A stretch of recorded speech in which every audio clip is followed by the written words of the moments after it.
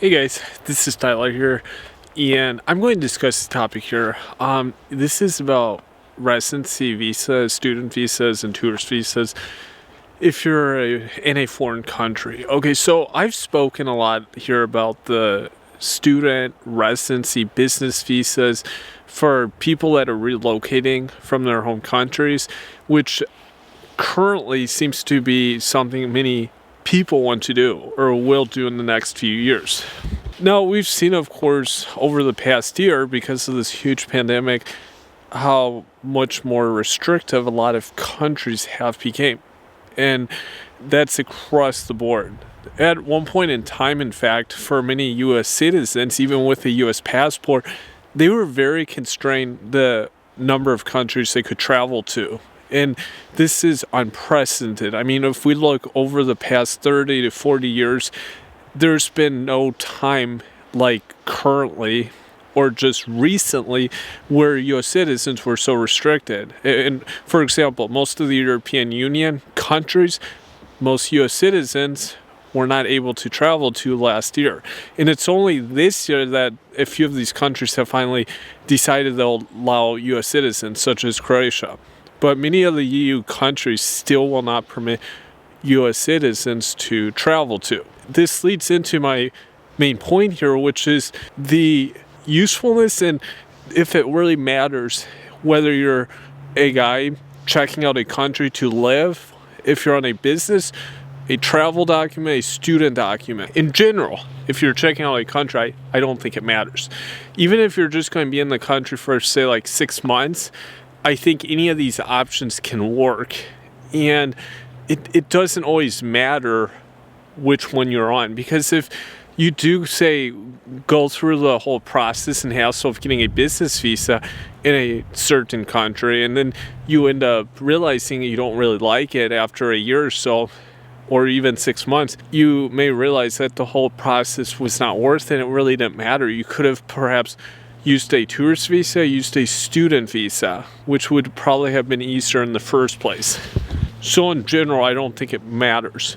Now, there are exceptions in some countries, especially ones that are very strict with immigration or with residency. Yeah, you're going to have to be more preoccupied. Place like China, for example, you're definitely going to want to go there for the intended purpose of the visa. Now, other countries, on the contrary, you could probably get around this. It all depends. For example, here in Estonia, where I live, most people here presently most foreign people here are either on some kind of business or student visa.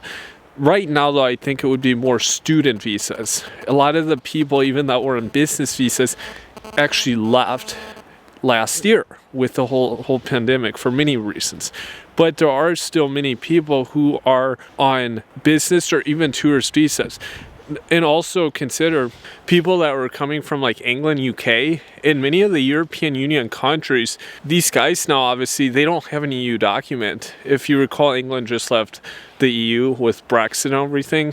And so many of these people, if they were grandfathered in, they may have business documents or some kind of permanent residency in the country they're living. There are many English people, for example, came to Estonia and they're still here. They came when England was obviously EU, they got long-term residency, and now they're fine. And everything has worked out. Now, I know of actually tourists, for example, people who came here on like tourist visas. Like one guy in particular, he's Ukrainian. He does not have a business or a residency visa.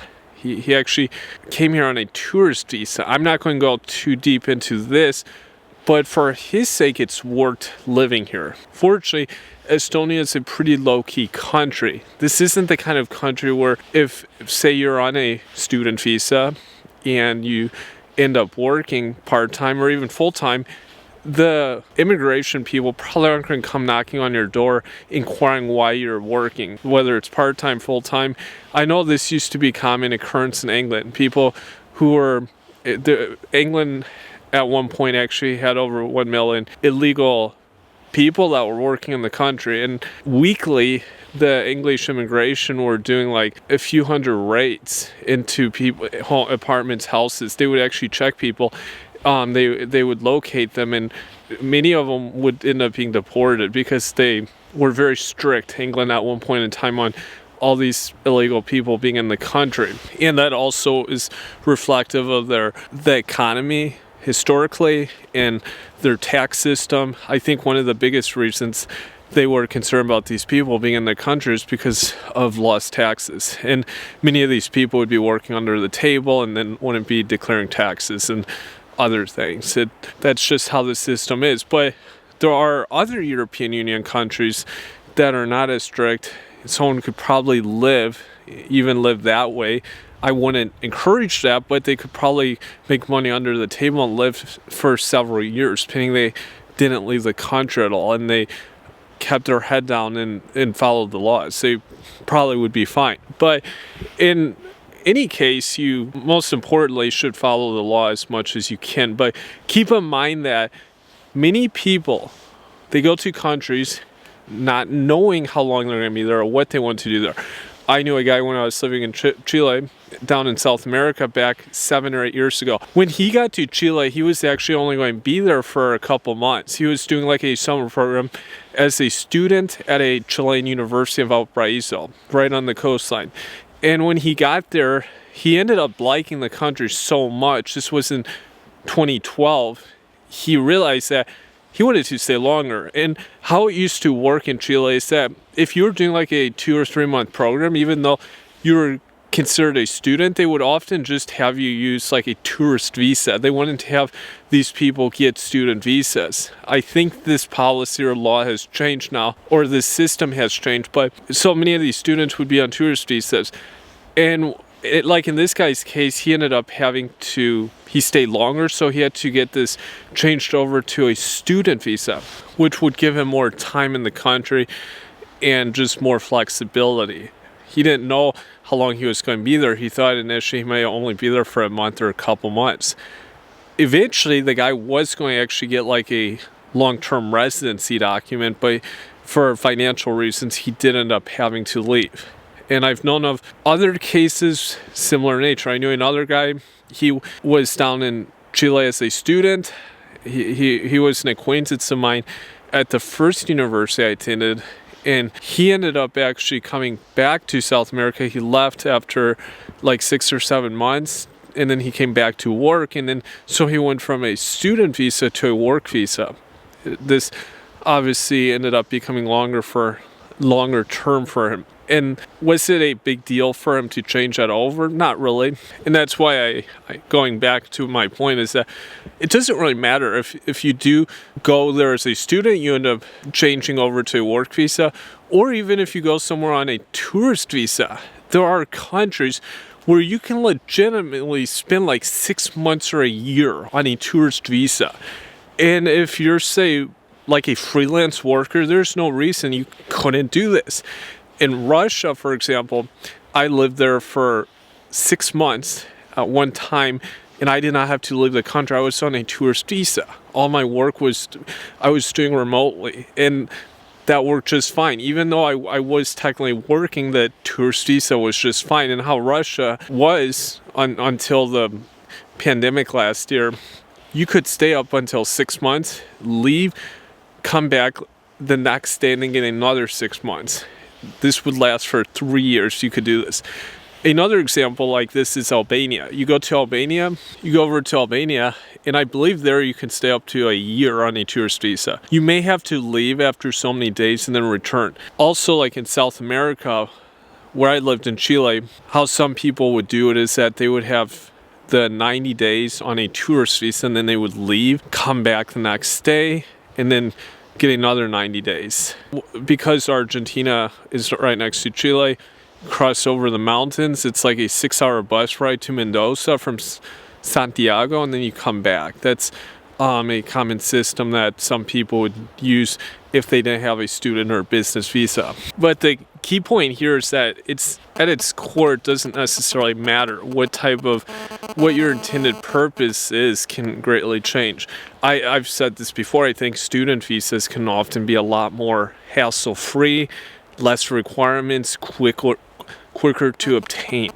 And in some cases, obtaining business visa can be very challenging and very time intensive. There's only a handful of exceptions. Like Serbia, for example, has a pretty streamlined process to obtain a business visa. The requirements for a business visa are not that much different than a student visa, and that system there has been greatly reduced in recent years to make it more appealing for foreigners, for business people. For right now, I think they just require like a €1,500 investment, and you got to just show a very small amount of revenue in your books for a business, and just do some other formality and paperwork, and you're good to go. You have a business visa. You just have to stay there, I think, for like 30 days, and then they issue you the visa. It's pretty quick. And to get the student visa, actually very similar process, but in other countries it's quite a bit different. It's actually much more challenging to get a business visa compared to the student residency. And really, starting out overall, I think doing a tourist option is probably the best way if you can. There are a good number of countries where you can just simply go there as a tourist. You don't need to show that you're going to work or be a student. This is very common for pensioners that go to Southeast Asia, guys from US, Canada, Western Europe. They go to like Philippines, Thailand, Malaysia, and they'll just go there as a tourist. They may not know which country they're going to live in long term, and they decide to live there, check it out, leave the country, and come back. And then often if they find the right country, they then end up getting a longer term residency. It really depends on the guy in the situation. I have found though, like in Southeast Asia, many guys end up going to one country and then realize they prefer a different Asian country and end up leaving.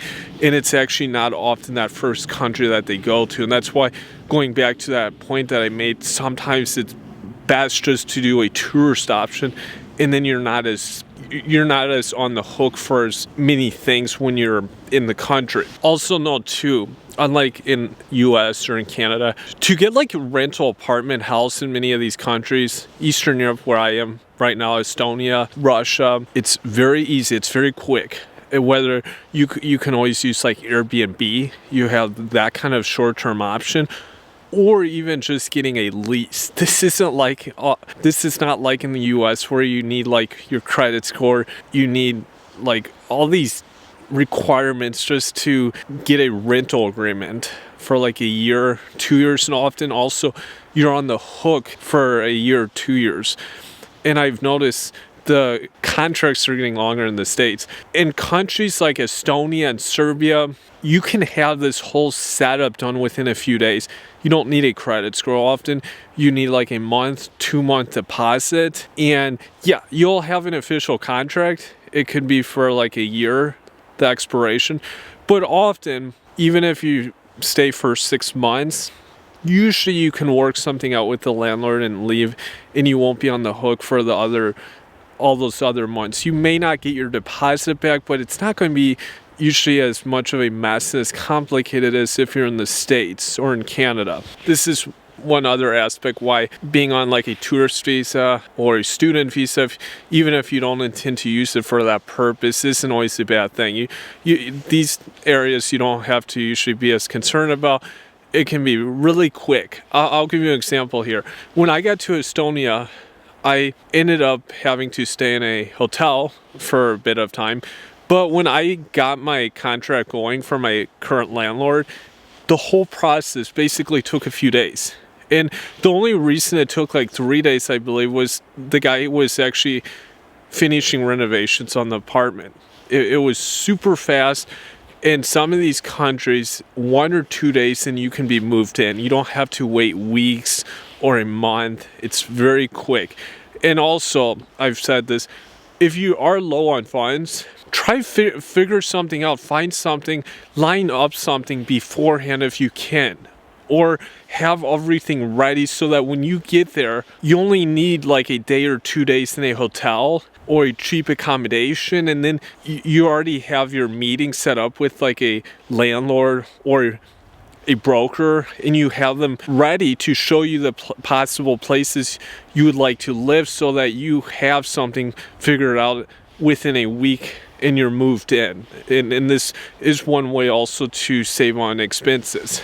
Another big reason, and this relates to a previous point I made, why visa type doesn't always matter. Say you don't like a country, you don't want to live abroad, you've never experienced living outside a foreign country, because there are some people where they experience it and then they're just like, I don't like this, I want to go back home, whatever their home country is. Whether it was like a student visa, business visa, you went through the whole process. It may have been a really extensive process. Some of these countries have very drawn out periods, and it can be very pricey to get all these areas finalized. And then you are there in that country for a few months, because there are countries, they can be very uncomfortable for foreign people, or you're the kind of person, you've never lived outside the country and you get really homesick and you just prefer to be back where you lived. You had too much of a fantasy about how it was going to be. Going through all those things probably wouldn't have been worth it. You could maybe have gotten a tourist visa, just gone there for a few months and then realized it wasn't for you and just gone back home. And you wouldn't have wasted all that time and money. And that's another reason why you don't necessarily have to go for the most high-end situation. And also, people in some countries, that some people may intend to get like a business visa, start a business there, have a business based there. They go there and then they realize either they don't really like the general culture that much, or they don't trust and see a future with a business there. The business culture is just off for them. They may have gone through all the work and then realize that this really wasn't a country that is suited for them. And that's why, if you're already familiar with the country, you don't need to go there as a business person. Go there as a tourist and see how you feel as just an everyday person. I knew a guy here in Estonia. He was from Southern Europe or Argentina, I can't remember, but this guy had lived in Estonia, and he had a business here. He opened a bar. He hadn't spent a lot of time here, and then he realized that it wasn't very profitable. The kind of bar he was running here, it wasn't very suitable. It didn't go how he intended. And then the guy was trying to sell the bar. This was right before the pandemic hit. He had been trying to sell it. I don't know if he ended up selling the bar, but I'm sure if he did, he had to take a huge loss for it, because it would be really hard finding buyer for this place. And also, he was looking for a foreign buyer, because an Estonian person wasn't going to pay nearly as much for the business. And I'm sure it ended up being a huge loss for him. Maybe his experience as a tourist here was different than as a business person, and he probably he didn't realize how this would go for him here. And really, it goes back to the person at the end of the day, and wherever they're living, what's most suitable for them. You got to have your own customized plan. Don't look at what someone else is doing. What works for them may not work for you. Each person's probably going to have a different way to approach this. And no matter what, be positive, be optimistic about your prospects, even if things are going the best in the industry.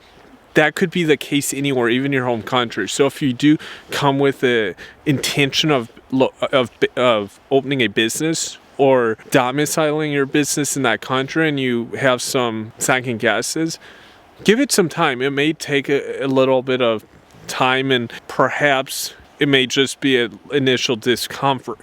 But in most cases, and this would apply to tourists, with students, anyone, I always tell guys, if you're in a country, within a few weeks, if you're still very uncomfortable and this feeling just grows and you just grow more and more dissatisfied with the country, probably a bad sign. It's probably best close up shop and leave. There's no point in staying. It's not probably going to improve. It's probably going to just get worse. And in the big scheme of things, you'll have saved yourself a lot of time and money if you just left sooner than later. And there's probably a better country out there for you. So these are all things to think about, but give me your feedback below. Thank you.